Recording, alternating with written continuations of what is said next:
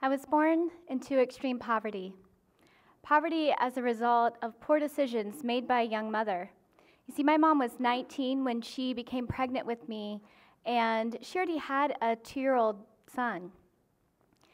She had run away from home and truly with nothing to Columbus. And she knew she wouldn't be able to afford me, so she decided to give me up for adoption. I lived the first few weeks of life with another family until my mom changed her mind and came back to get me. Thus would be my fate. I experienced trauma before I can even remember. At the age of 2, I was witness to an altercation between my biological father and the man who would become my stepdad. And during this altercation, my father stabbed my stepdad multiple times, nearly killing him. My father went to prison, and my stepdad, who suffered from schizophrenia, would hold this against me in many ways. We were in and out of temporary housing all throughout Columbus, moving all the time. We were homeless a few times. But what rings the loudest in my childhood is hunger.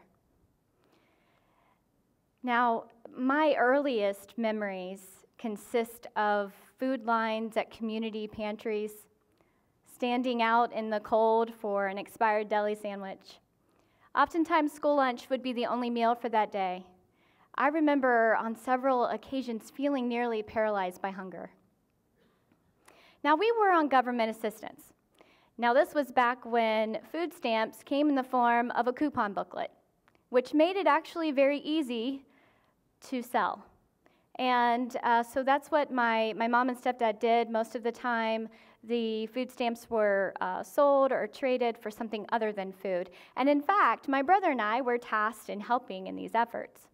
My mom and stepdad would drive us around to gas and convenience stores, and we were to take the single food stamp coupon, which kind of equaled $1 worth of food, and we had to find the cheapest thing in the store, would oftentimes be nickel candy, in order to get back 95 cents change that could then be used for anything. And so we would go from gas station to gas station, and we would accumulate up to between $20 and $30 cash that they could then use on whatever they wanted. And again, not using that for food. Now, when I was 7, my grandpa, this was my mom's dad, really in an effort to rescue us from our situation in Columbus, he found a home for us to rent, and it was in a small town closer to him. And you know, he was going to pay for that home, and there was a lot of security in that for me. Even at that young age, I recognized just, you know, this was good. Things were going to turn around. It was going to get better. And however, the living conditions continued to be poor. The home became filthy. It was junk-filled, bug-infested. We were exposed to drugs and alcohol on a daily basis. We were, smoke-filled rooms filled my asthmatic lungs all the time. And you know, this was no secret to our neighbors. In fact, children's services were called on several occasions, and we were taken away from the home. Here we are, living in these conditions with limited access to resources. We weren't encouraged to practice basic hygiene. We didn't have clean clothes. I didn't own a toothbrush. And all of these circumstances had a huge impact on my social situation at school. It made it even more tough. And so I did find an escape. Because we had moved closer to family, I began spending my weekend nights at my aunt and uncle's house. So this was my mom's sister and her husband. And I loved it at their house. It was my escape from the chaos. I had a closet there with clean clothes. I had a toothbrush. And most importantly, they had food. And they ate all their meals together. And this was a place that I felt safe at. They would play games with me. My uncle spent so much time with me. We'd played hide and go seek, we'd played board games together. He took pictures of me all the time and really made me feel so special and so beautiful. And in fact, here's a picture he took of me. And looking back now, it's apparent to me that the attention he was giving me should have been a concern for the adults in the situation. I would continue to visit their home on weekend nights for the next few years up until I was 10. And then everything changed. And I remember the moment it did. I was sitting on a couch at a girlfriend's house. We were having a slumber party. We were flipping through the channels, and we came across the news, and we stopped. And the news reporter said that Columbus Police was looking for this child, and a picture of me came up on the screen. So Columbus Police was looking for me. And I thought, I'm not missing. I'm right here. And we were shocked and confused, and my mom contacted Columbus Police to find out what was going on. The following Monday at school, I was called down to the principal's office, and my world turned upside down. You see, it turned out that my uncle, who I really thought of as his father figure, had been sexually abusing me in my sleep.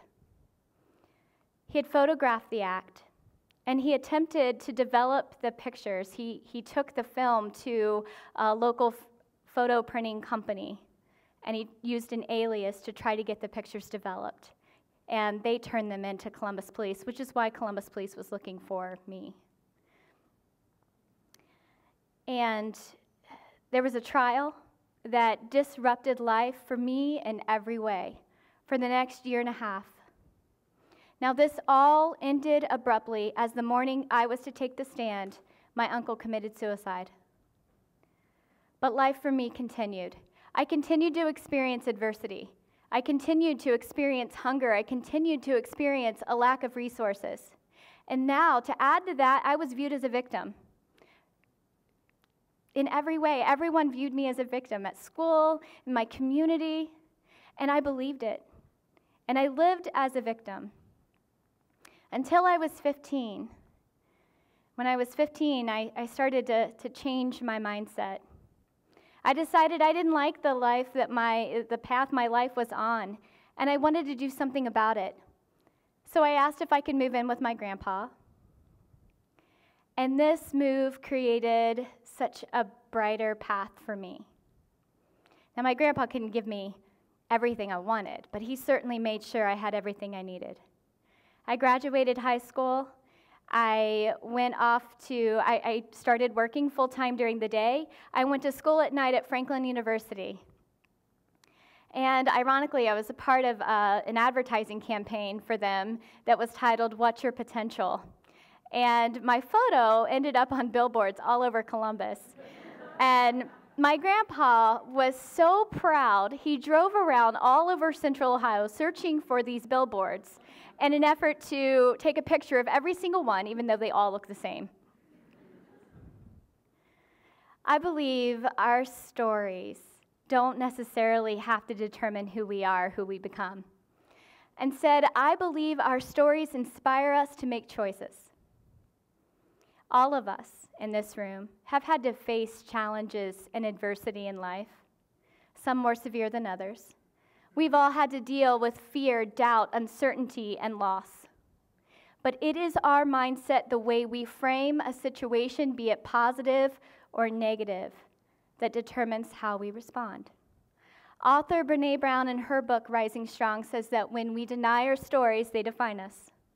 However, when you own your story, you get to write the ending. I believe I've always owned my story, and I'm grateful for it. Now, throughout my journey, I've been able to share my story.